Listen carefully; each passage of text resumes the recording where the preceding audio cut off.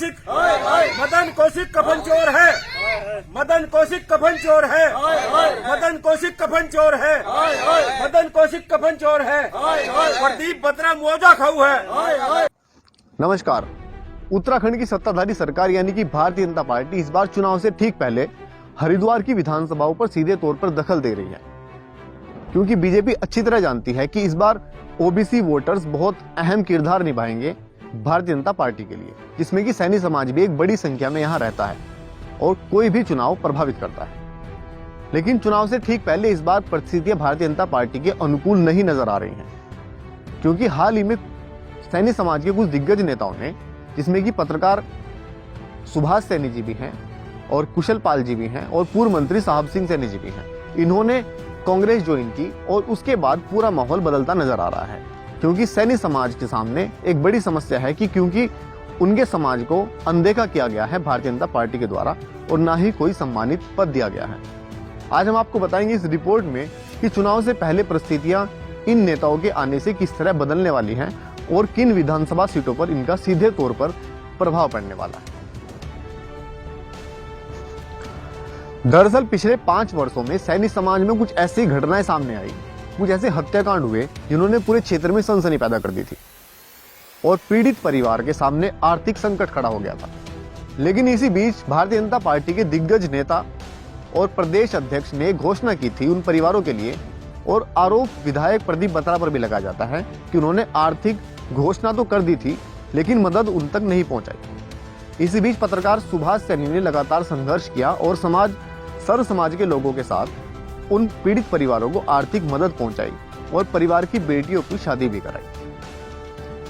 लेकिन इसके बाद सुभाष सैनी ने सीधे तौर पर जिम्मेदार ठहराया मदन कौशिक को, जो शहरी विकास मंत्रालय अभी जिनके पास है और प्रदेश अध्यक्ष भी हैं मौजूदा सरकार में, और विधायक प्रदीप बत्रा को भी इसका जिम्मेदार ठहरा।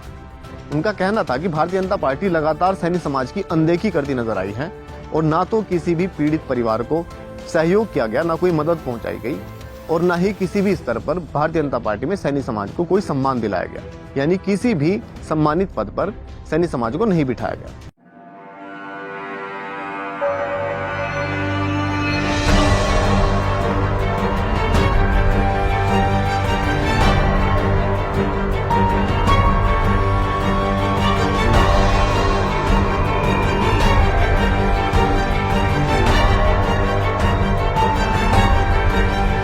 में तो शक है कि मंत्री जी मुआवजा लेकर के खा गए हैं।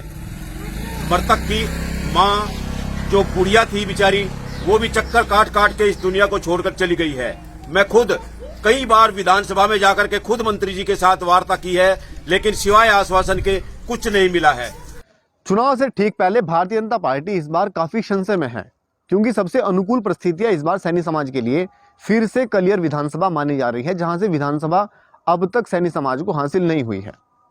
वहीं कांग्रेस पर भी एक बड़ा दबाव सामने आया है सैनी समाज को कम से कम एक टिकट देने का हरिद्वार विधानसभाओं में से, जिसमें कि सबसे अनुकूल अगर कोई सीट मानी जाती है सैनी समाज के लिए, उनमें रुड़की, लक्सर और कलियर हैं।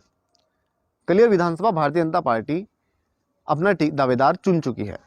ये लगभग माना जा रहा है कि सैनी समाज को ही इस बार टिकट मिलने वाला है, लेकिन लक्सर और रुड़की के लिए संशय है।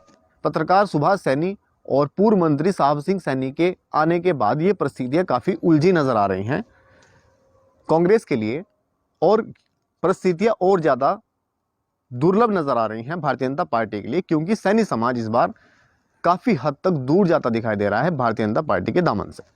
तो देखने वाली बात यह है कि चुनाव में इस बार भारतीय जनता पार्टी और कांग्रेस किन सीटों पर सैनी समाज को वरीयता देती है और सैनी समाज किस हद तक अपने समाज को किस पार्टी के पाले में ले जाएगा। आपका बहुत बहुत शुक्रिया। देखते रहिएगा सिटी स्कूप।